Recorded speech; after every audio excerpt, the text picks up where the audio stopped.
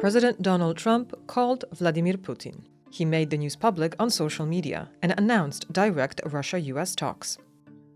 We agreed to work together very closely, including visiting each other's nations. We have also agreed to have our respective teams start negotiations immediately, and we will begin by calling President Zelenskyy of Ukraine to inform him of this conversation. Najważniejszym wydarzeniem jest telefon The most important event is the phone call itself made by President Trump to Vladimir Putin. The very fact that it took place has been announced, and the contents of this announcement on Trump's part are, of course, already a certain propaganda success for Russia, which undoubtedly courted the US side to come out with the initiative for talks and with a positive message towards Moscow. And in fact, that's what happened. In his post, Trump referred, among other things, to the history of both countries. We both reflected on the great history of our nations and the fact that we fought so successfully together in World War II.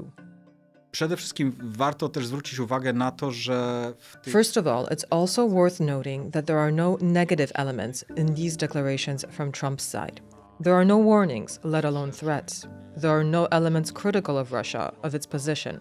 So the whole message, which is positive, is actually in line with Russian interests.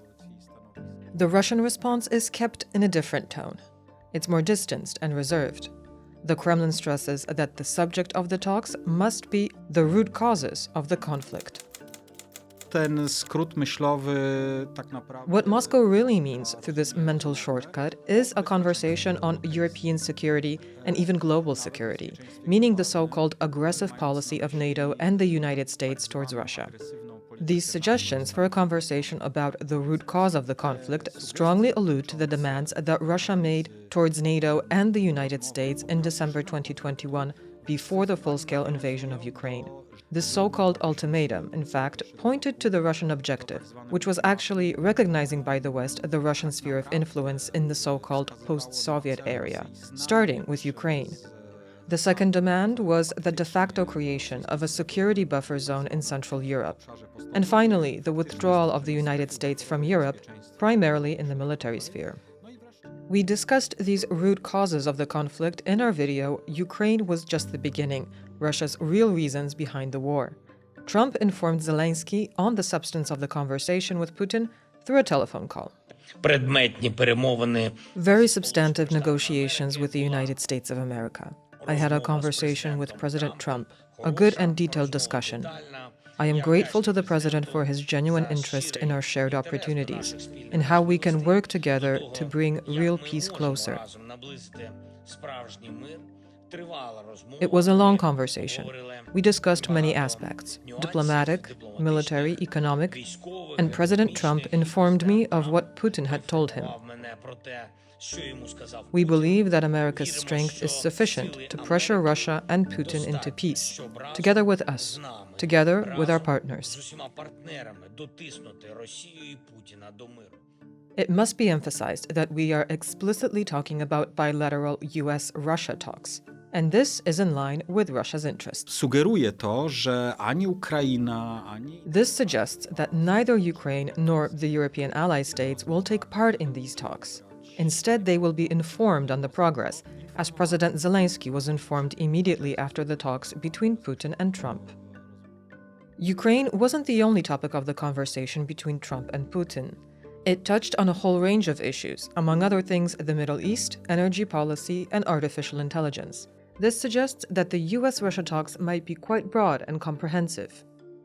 Jest to zgodne z podejściem rosyjskim, która... This is in line with the Russian approach, which is trying to package issues together and in fact combine the issue of regulating the Ukrainian conflict with a whole range of other subjects important for Russia, issues of European, regional, and global security.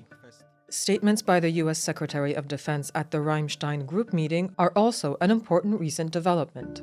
Było tam kilka punktów. There were several points actually weakening Ukraine's position in potential talks with Russia. It was said that the United States cannot bear the main burden of supporting Ukraine, that it must be done by Europe, which must be responsible for its own security.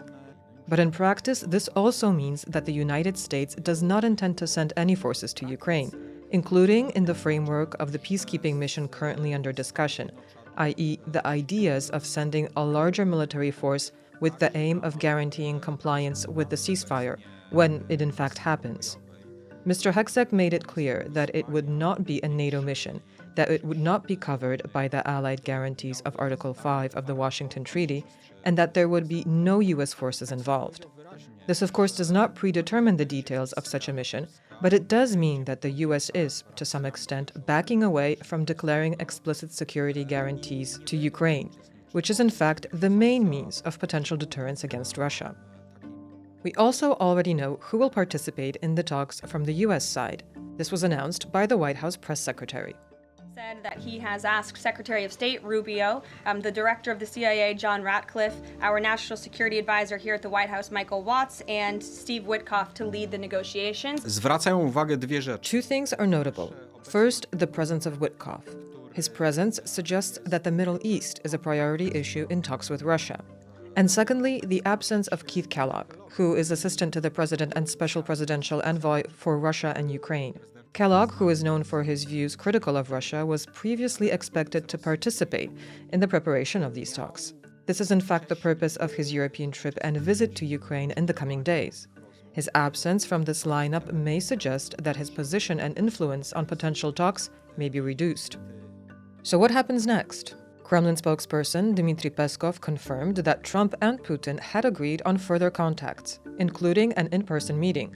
Trump was invited to Russia and then personally talked about Saudi Arabia as the likely location for the summit. Przede wszystkim warto podkreślić, że nie możemy... First of all, it's worth emphasizing that at this stage we cannot determine the course of the US-Russian talks, let alone their outcome. A great deal can still happen here. There are very many obstacles, as the positions of the parties involved still seem to be very far apart, and the Russian side, which is playing very hard and very rough, may nevertheless still cause more than one crisis in these talks. However, we need to pay attention to the form and content of these communiques that we're hearing, even before the actual talks begin. From the Russian point of view, and from the Russian perspective of the way Russia negotiates, this will undoubtedly be interpreted as a sign of weakness. It will be interpreted as a readiness to make concessions. The US is already making them towards Russia, and the talks haven't even begun yet. From the point of view of Russia, this is very good news.